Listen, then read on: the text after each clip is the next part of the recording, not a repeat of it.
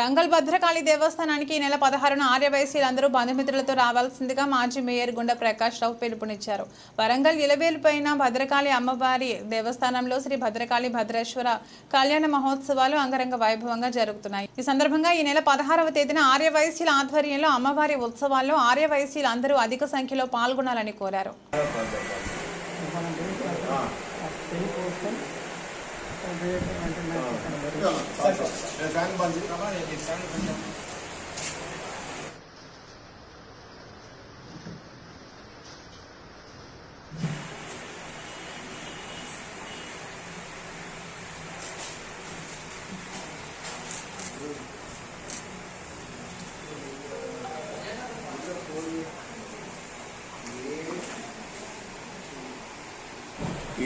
ఈ నెల 16వ తారీఖు గురువారం నాడు పట్టణ ఆర్యవైశ్య సంఘం తరఫున పెద్ద ఎత్తున భద్రకాళి దేవాలయంలో బ్రహ్మోత్సవాల కార్యక్రమం జరుగుతూ ఉంది.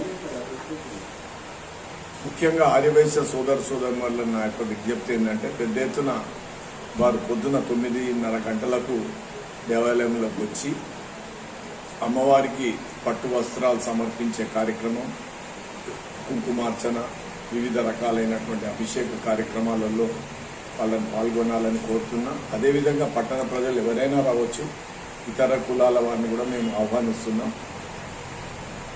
ఈ కార్యక్రమాలతో పాటు అన్నప్రసాదం, పెద్ద ఎత్తున అన్నప్రసాదం ప్రతి సంవత్సరం చేసిన మాదిరిగానే ఈ సంవత్సరం కూడా ఉదయం 12:30-1 గంట ప్రాంతంలో అన్నప్రసాద వితరణ కార్యక్రమం స్టార్ట్ అవుతుంది.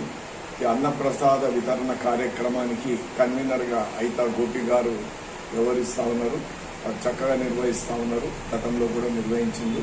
వారికి ఈ సందర్భంగా అభినందనలు తెలియపరుస్తున్నాం. అంతేకాక ఈ కార్యక్రమాలు నిర్విఘ్నంగా కొనసాగాలని, జయప్రదం కావాలని దీనికి కూడా తొలుపునూరు వీరన్న గారిని కన్వీనర్గా, అలాగే మర్యాద వీరమల్లయ్య గారిని కూడా కన్వీనర్గా నియమించడం జరిగింది. వీరిద్దరి నేతృత్వంలో కూడా ఈ కార్యక్రమాలు సజావుగా సాగుతాయి. గతంలో కూడా వారు శ్రద్ధ తీసుకొని చేయడం జరిగింది.